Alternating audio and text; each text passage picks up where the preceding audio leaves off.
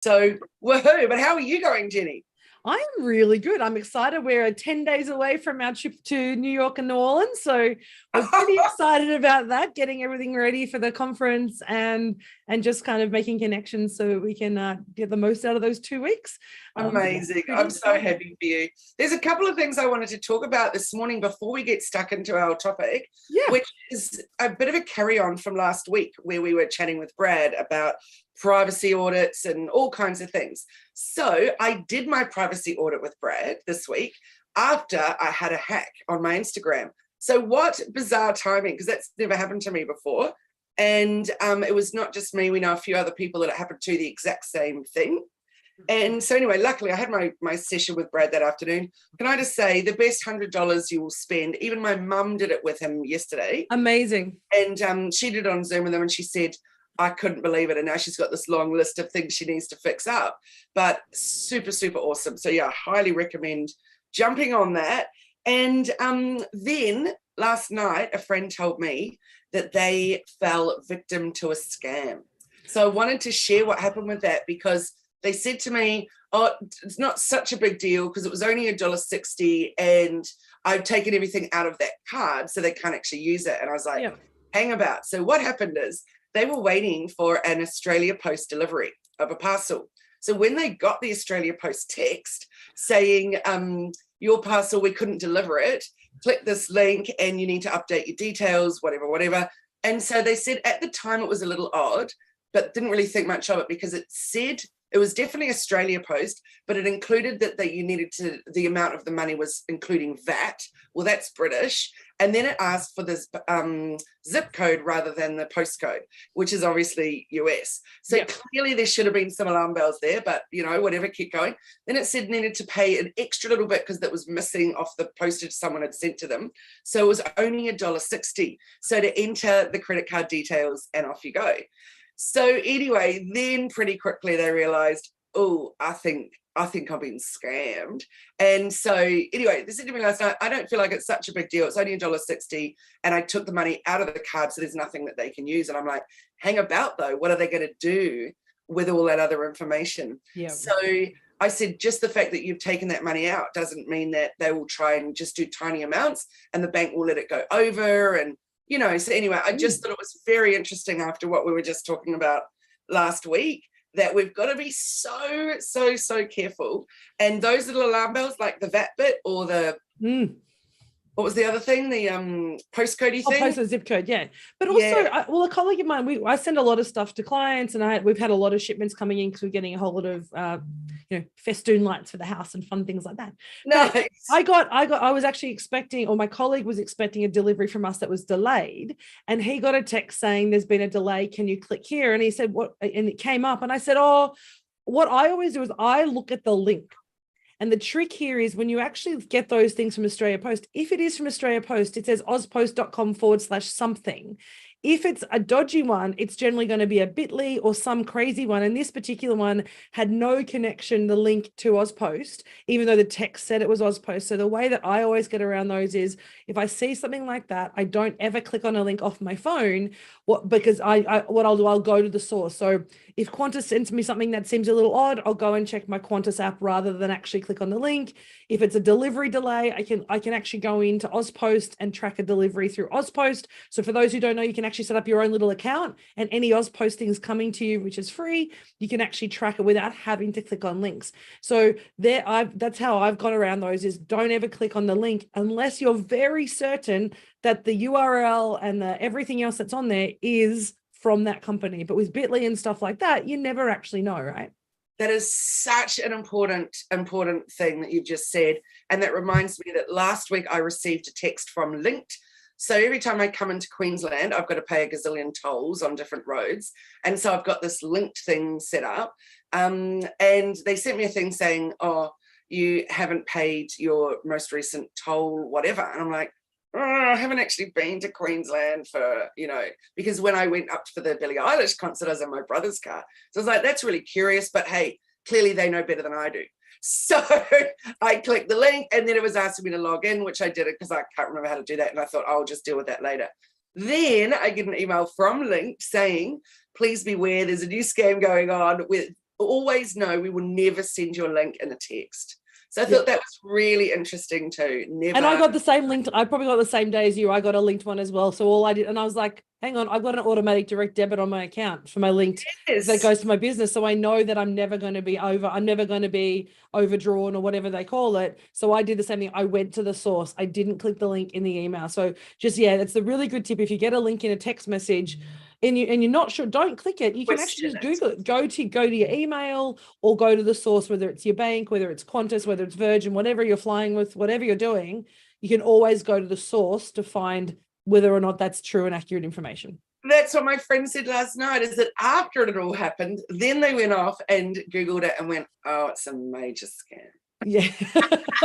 Yeah, that's so a good lesson for all of us. And I think a reminder that right now, actually one more thing is that I watched on YouTube, I can't remember what the channel was, but just do a search on YouTube, all about call center scams.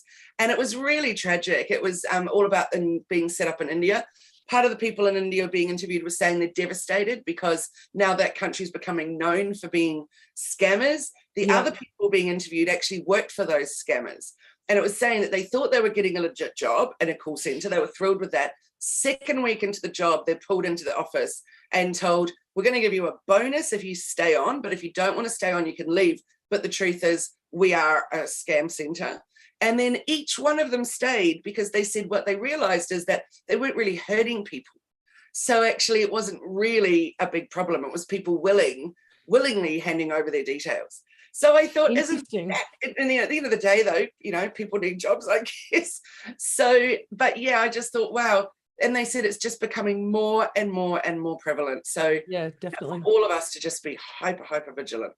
100%. I think very, very important reminder from our session last week with Brad. And I know Brad's still got that offer going. So if you want to go back and look at our session for last week, click on the link and book that audit with Brad, because it's a really important time, particularly as we're coming into Christmas, particularly as people are going to be doing a lot more online shopping and a lot more ordering with postage and stuff. People know that, so they're going to take advantage of that and try and scam you, even if it's only that small amount of money. But imagine $1.60 from 100,000 people or 1 million people. That becomes a very, very big and lucrative scam. You may not be losing a very small amount, but overall it becomes a very large and lucrative business. Indeed. And what are they doing next with those details? They've got those credit card details. They've got the address and all those things. So boom. Yeah, it's definitely very interesting. So I'm super pumped today. We're talking about Indigenous, and I'm struggling on the first word, Indigenous Business Month and social procurement. So how businesses are doing good. Now, Jenni, are you happy to share a little bit of your background so we can really understand why you also are going to be the expert and the one chatting about this? So I'm an Indigenous business. I'm a Bundjalung woman from Northern Rivers, so an Aboriginal woman. So for me as a business owner, I'm automatically, put in that box of being an Indigenous business or a First Nations business. Whether I choose to identify or not, which I do, or not, it doesn't matter. That's who my heritage is, and that's my business. But also a lot of the work that I do, either as a small business coach, but also as a corporate consultant, is in relation to how do we actually build engagement and understanding around First Nations peoples, and particularly from a procurement perspective, and also looking at social procurement and why they're different, but why they're so important to look at as a holistic thing rather than just saying Indigenous over here, social procurement over here. What does it actually mean? And why is it actually important for us to start looking at it as business owners, no matter how big or small you are? It's a really critical aspect and a really important aspect to help boost the economy. So for those listening in, let's go right from the very beginning, and let's start with, first of all, Indigenous or First Nations? What's the preference and what's the difference? Well, really, it depends on the individual, to be perfectly honest. Some people, if you're from central New South Wales, then you're always going to say Aboriginal, because that's the traditional people in New South Wales are Aboriginal, not Torres Strait. Torres Strait is obviously a very specific part of our First Nations peoples. So for many people, the term Indigenous is a throwback to when we were referred to as flora and fauna, and the definition of Indigenous, being flora and fauna of this country. For many people, people who lived through that era where it was actually considered derogatory, they don't like that term. So it really depends on the individual. For me, I believe that as a First Nations person, as an Aboriginal person, I am of this country. I am born and bred of this country. I am, I have ancestors that date back, 60,000 years on this country. So therefore I am Indigenous. So for me, it's a really powerful word to use, and I use it in that strength. First Nations is becoming more and more acceptable because it covers all peoples. So those First Nations on this land, rather than Indigenous. And some people say, well, I was born here, so therefore I'm Indigenous too. And to some extent, you could say that's true, but it's really not the intention of that word. So First Nations is often used as a preference these days, purely because it's very clear about it's the First Nations on that country, on that land. And in Australia, that's Aboriginal and Torres Strait Islander people.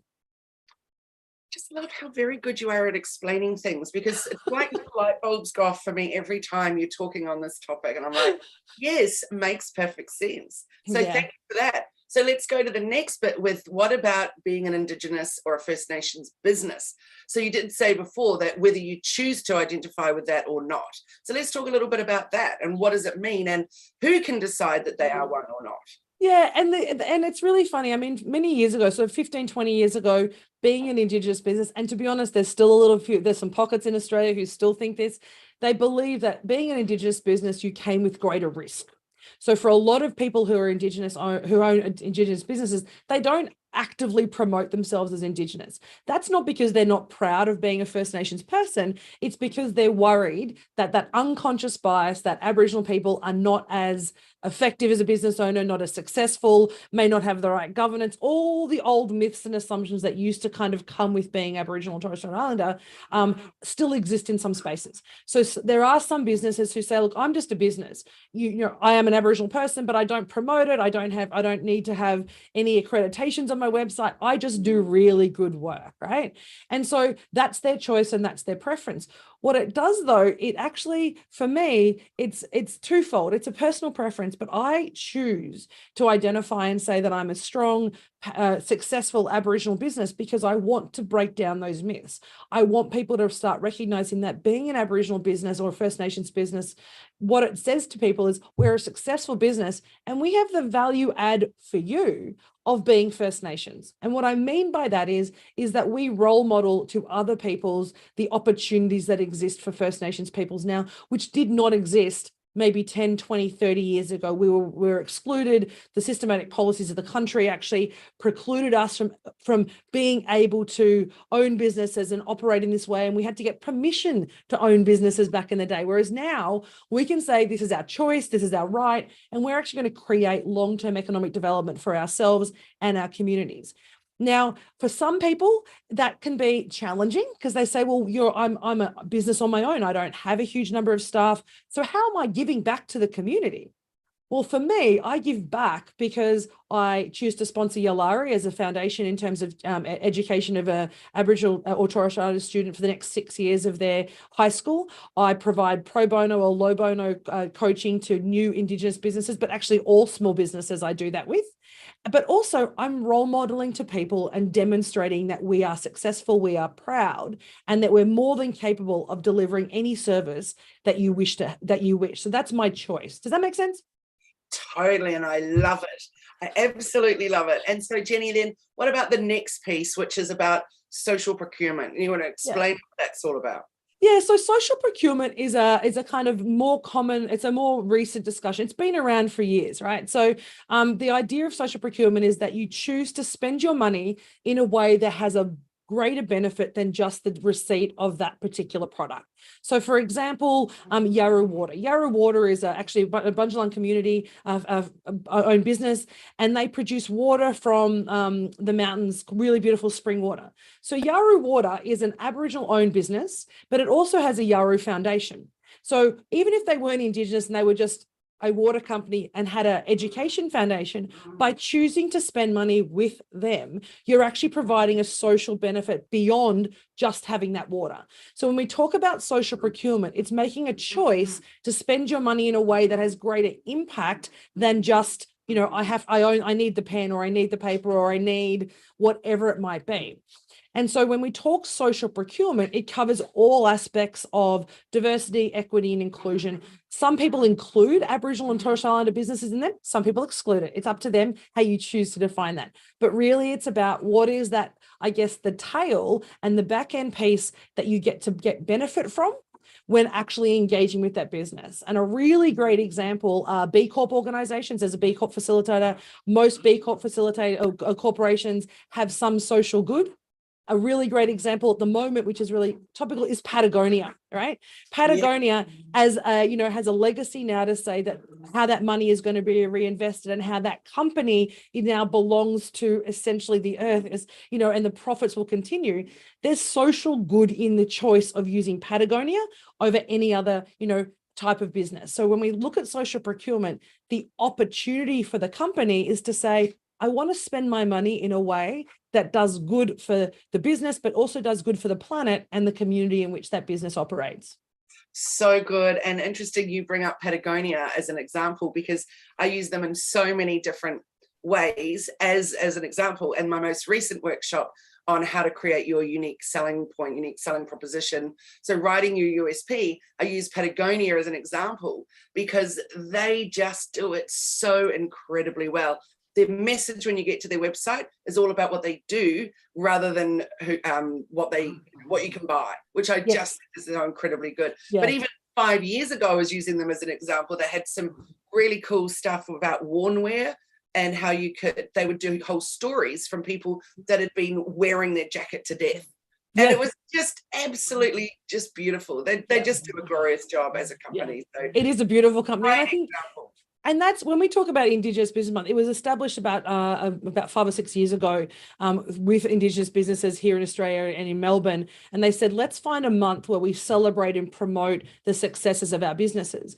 And the crazy thing is people could still say to me, well, is there an Aboriginal business or Torres Strait Islander business that can do that? And the amazing thing is, if you can think about it, if you imagine that you need a service, there will be an Aboriginal or Torres Strait Islander business or a social procurement style, maybe social enterprise or a socially led business that probably delivers that service.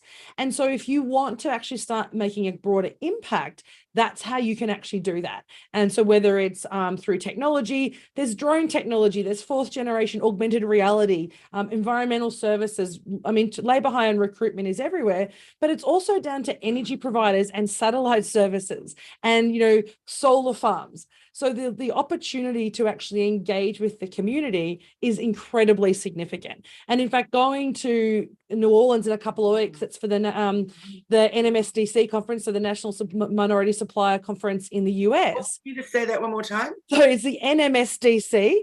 It is the, I'm going to make sure I always get the words incorrect. So the NMSDC is the National Minority Supplier Development Council in the US, and they look after all the minority businesses in the US. And so in a similar way Supply Nation does here in Australia, or some of the local Indigenous chambers of commerce who come together to provide, I guess, a peak body to promote and advocate for minority businesses. So the wonderful thing about when you look at this economy, when we recognize in Australia, we're between 3 to 5% of the population, depending on which census that you're looking at. But the opportunity as an economic development in terms of providing education, employment pathways, entrepreneurship pathways is quite incredible. And the value of the economy is growing at such a rapid rate here in Australia that we're becoming kind of a force to be reckoned with, whether it's, the art I have behind me, the earrings that I wear, the clothes that I wear, or as I said, it may be purchasing solar power for my property or for my commercial property. Or the cup that I use. Or the cup that you use. I bought that from a post office. There you go. Yeah. And it's about making people not be surprised. So this is my view of the world, right? At the moment, we're always surprised when we see Indigenous art somewhere, or we see an Indigenous, like at the post office. We get it because it's been so withheld, if you like. It hasn't been available or accessible to people. Indigenous Business Month is really around saying we want to make it accessible for people to realize that we are just part of the society, right? We are part of the Australian landscape. So stop being surprised when you see a successful Aboriginal business. Stop worrying about whether the risk exists or not, because that's the same question you ask for every one of your suppliers. It shouldn't be just different whether you're a social procurement or a social enterprise, or whether you're an Indigenous business. But if we get rid of that kind of surprise about the opportunity and the success, it creates accessibility. And ultimately, that's what we're trying to work. That's what, for me as a business coach, and the work that I do with Supply Nation and other organizations, is about making Indigenous businesses accessible and make people realize that we are just really great businesses, and the value that we bring to you is we demonstrate and role model success for our communities and other communities as well. Brilliant. And Jenny, as you know, I am born and bred in New Zealand, so I have a very different experience of growing up in terms of integration. So you can get artwork, you can get anything you want created by, just absolutely glorious stuff. I came home with a number of pairs of earrings and a beautiful little flex bag and all kinds of things. So it's also very much intertwined. Come to Australia and you go to a tourist shop, for example, and what can you get? Like, I'm here just near Byron Bay, which is full of tourist stuff. And it's the surf lifesaving stuff on T-shirts, or koala or kangaroo, and very little Indigenous anything. So I found that super, super interesting. The other thing I've found is that it's only recently they've started embracing even the local fauna, for example, like beautiful wattles or whatever, whereas at home it's very much about the pahudakawa and just all the beautiful things. So I think it's just been incredibly slow going on here, and it is beautiful to start seeing it come out. And you did right. I saw that in the post office and it excited me and shocked me. It didn't shock me that it was a glorious Indigenous artist getting, selling great stuff. What it was is that it was in the post office. Yeah. Actually in Ballynudgel, this tiny, tiny, tiny little post office. So, but I thought beautiful. And I have a lot of Indigenous art in my room, in my office here, that's all got a pink tinge to it. So yes, my pink cup was perfect for that. But I just think that's super fascinating. I'd like to know your take on it, of why all of a sudden it seems to be happening. Well, there's a couple of reasons. I think you have to recognize that most of the policies that excluded or had really negative impact on our community only finished in the late 70s, early 80s. So we're talking stolen generation. The policy ceased in the 70s, but they didn't have internet. They didn't have they didn't have mobile phones. So it wasn't like they sent an email blast out to everyone and said, hey, stop the policy. There's a period of time where that policy had to cease, and there's still a lot of there's still a lot of racism essentially towards Aboriginal peoples in Australia and Torres Strait Islander peoples in Australia. That is unfortunately the case.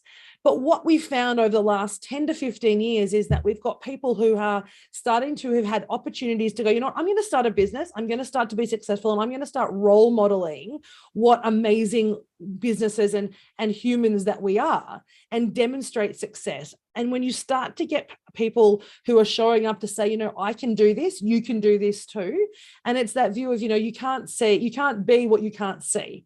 And so for many, many years, we couldn't see we could be that, right? We couldn't see that. And for many communities, particularly remote communities, it's taken a lot longer for them to actually feel empowered and to embrace their own kind of identity and power to stand up and say, I'm going to do this. At the same token, the non-Indigenous Australia, it's taken them a long while to start accepting that we can be a business. And that's a throwback to a lot of negative policy, beliefs that no longer serve anyone to have around the capability and capacity of Aboriginal and Torres Strait Islander peoples. There's still that capacity conversation that is had consistently.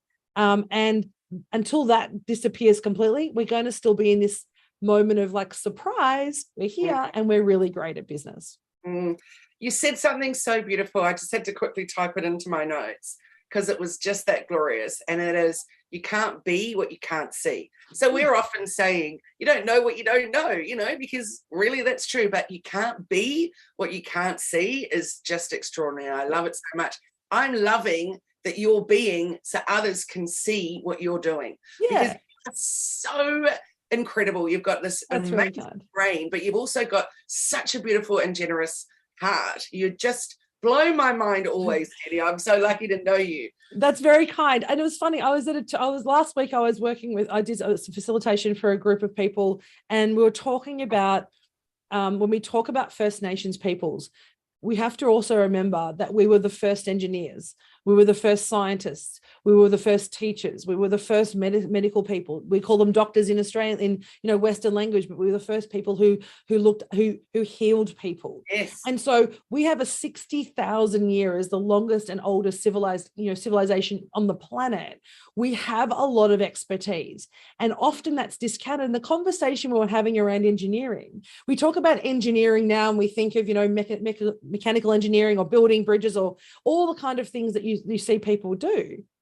But imagine the understanding and knowledge to create a spear. And this is what we were discussing, to know the right type of wood to create the spear, to make sure that the angles were correct. So when it flew, it had the right aerodynamics. Or if you're making fire sticks, to know which particular tree based on their chemical compounds to be able to create fire stick.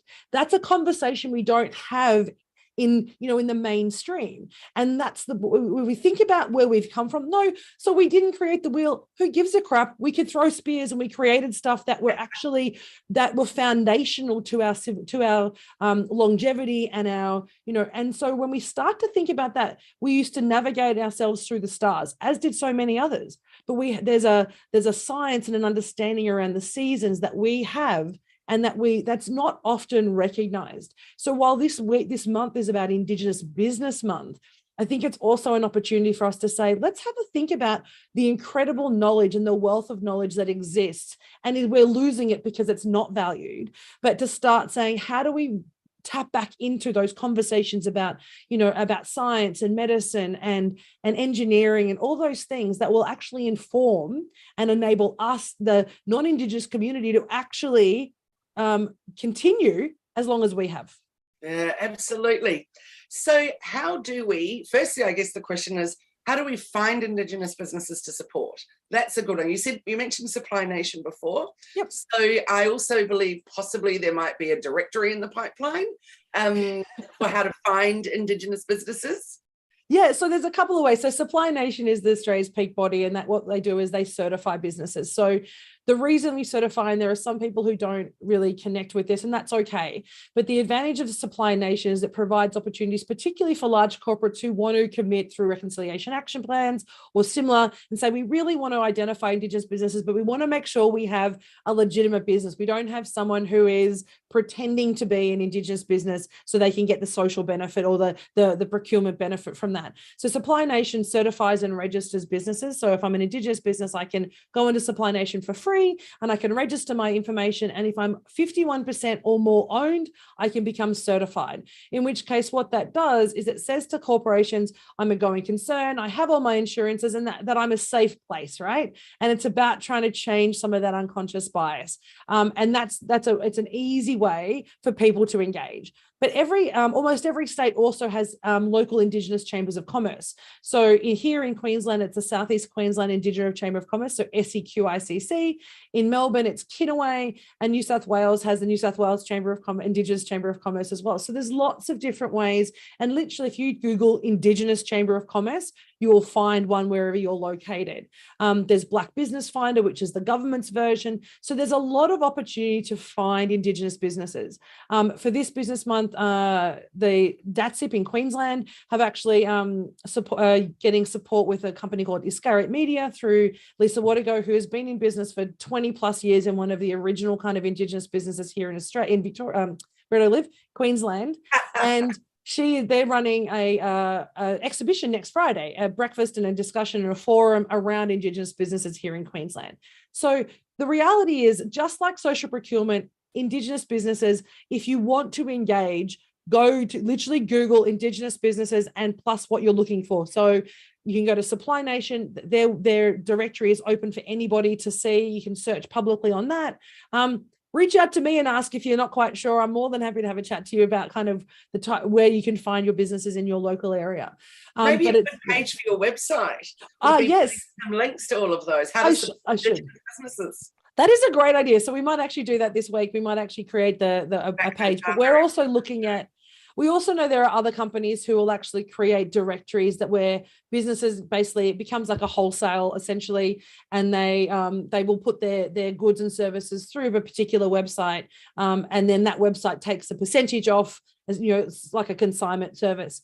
As an Indigenous business, particularly for some of the new businesses, that's quite challenging because that margin is not necessarily a really high margin, and that takes a fair chunk off their money.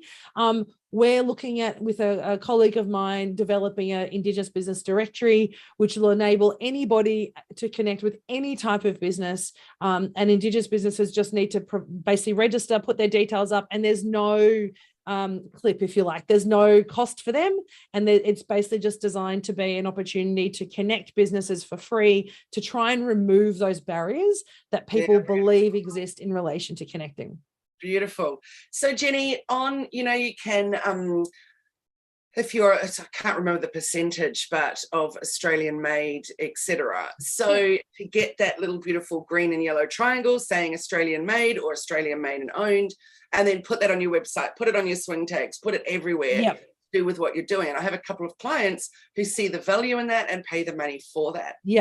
So I'm really intrigued. Is there something, if you're an Indigenous business, that you can put that on your website or wherever so that we can see that really clearly, like we can see the Australian made? Definitely. And in fact, for Indigenous businesses, it's free. You don't actually have to pay to do that. So Supply Nation gives you Supply Nation certification or registration. So registration means it's an orange logo, and it says registered versus the certified, which is a red logo. In the standard, they obviously have their alternate colors versions. But the registered businesses are 50% or less owned, or a not-for-profit, or a franchise business. So the idea of 50% owned is I might be in a husband and wife partnership, for example, right? Or I might, as I said, a franchise. At 51% owned, when you have the certified stamp, the idea is to recognize that certified businesses are then both owned and controlled by Aboriginal people. So the difference between being certified and registered is simply saying that the money stays within that Aboriginal community or within that Aboriginal business. It's not being siphoned off potentially to a non-Indigenous business.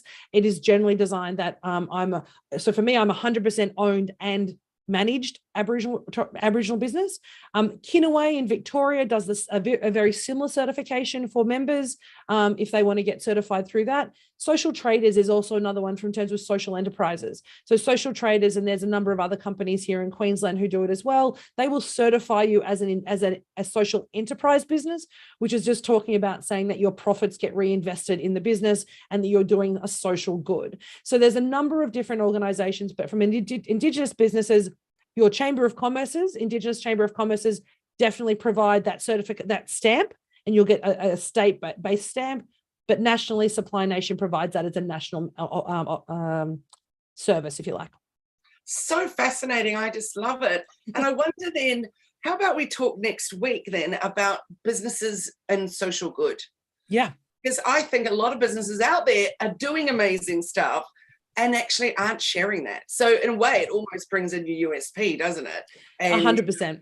Coming up with the way that you'll be able to share what's different about your business and what's special about what you do in relation to for the greater good. Social good. And that's where B Corp certification is a really great measure of that, because B Corp certification is measuring how you're doing good across community, your governance, your workforce, your community. So it's actually looking at how do you actually, environment, of course. So what are you doing to support as a general social good? So are you that corporate social responsibility or ESG, whichever kind of acronym you're using?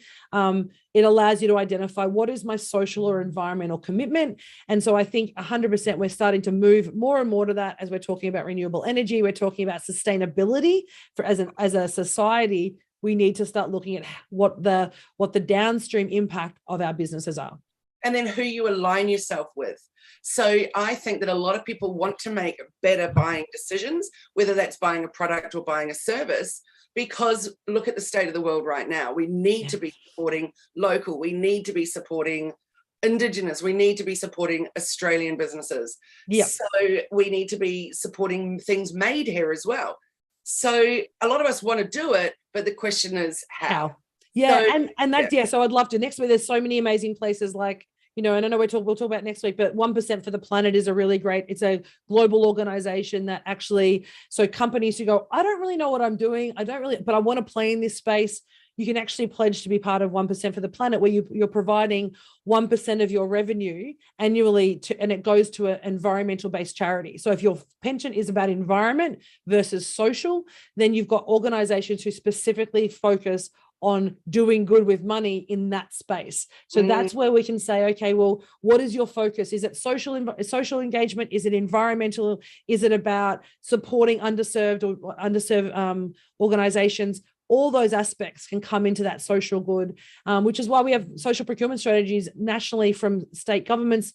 Victorian government is probably the most advanced in that regard in terms of their Victorian social procurement policy. It's quite an advanced and very clear guidelines for anybody doing business with Victorian government. Western Australia has a similar process, and I believe Queensland's going to do that, because in Queensland, sort of fun fact, with the Olympics in 2032, they've pledged that it will be carbon positive. So it's actually, they have to ensure, and that includes all the flights of every athlete coming to Queensland. So the impact and the requirement to start looking at social responsibility is becoming mainstream, because you imagine Olympics being carbon positive. That's going to require a lot of work. They're going to be coming across in a dinghy rowing their boat. I know, right? How are they going to do that? So that's the question. So if you're a company doing social good or environmental good, carbon offsets, all those things, and you're in Queensland, this is your time, because that's something that we're going to be focusing on more and more in the next decade leading up to the Olympics. And also, you might be doing it and you don't even realize. For example, Hello Media is a sponsor of many, many businesses through the Kiva scheme. So, and I choose specifically women-owned businesses and ones that are really trying to help other women in business, etc., through different countries. So I've been involved with Kiva for many, many years. When I had Rainbows and Clover, I was part of the B1G1 group, which is extraordinary. So I think without even knowing it, you could actually be doing that. Or if you don't know how to do it and you want to, let's talk about that next week. That sounds like an amazing topic. I'd love to continue that. Very good. Well, I look forward to chatting with you then, Jenni. And it might be almost our last one before you head off. Yeah, I know. And then I'm away for 2 weeks, and then we're back to kind of recap on what's happened from the conferences that we go and see when we're in. I can't wait. Thanks so much for sharing all of that. I think every time we talk about this, it's just, I think it's a massive minefield out there and a lot of people like me are just confused. So every time when you just give me a little bit more clarity, I'm like, yep, great. And so, having that information is so important. So it is. And remember though, and I guess the key piece is, this is just my view. These are my personal perceptions. If you have somebody else have a conversation with you about this and they might have a different opinion, that is okay. It's the choice is, this is how I choose to show up and talk about it. This is how I choose to show up and promote Indigenous businesses and social enterprises and that social procurement idea. And so if you are confused and you might get multiple ideas, that's okay. It's then your job to say, okay, well, how do I want to show up as an individual? What does this mean to me? And then how am I going to go forward? This is just information. You can choose to do what you want with it. And if you take it forward, that would be amazing. Beautiful. I love it. Thanks so much, Jenni.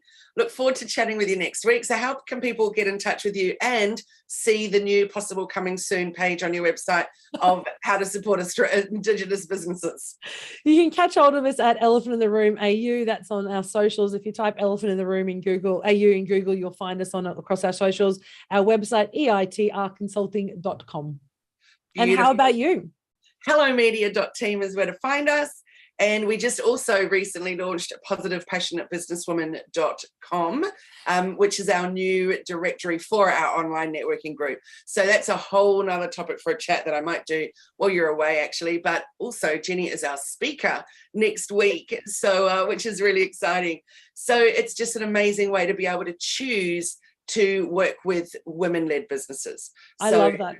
Yeah. And remember, for women-led businesses, if you're a single parent, if you're somebody who's been disadvantaged, then you are you can be considered social procurement. So have a think about how you can leverage your own situation, your own environment to say, if we're a social business doing good, start promoting that, as you've said, Kylie, start promoting it and leveraging off that, because people want to work with people who do good. Yes, that's beautifully said. So next week we'll chat about that, and also how you can write your USP and weave in that message. So really how to showcase Love that. what's different about what you do and what makes you special. Amazing. Well, have a great week. I look forward to chatting to you next week. Me too. Thanks very much, everybody. Have a great week and a great weekend.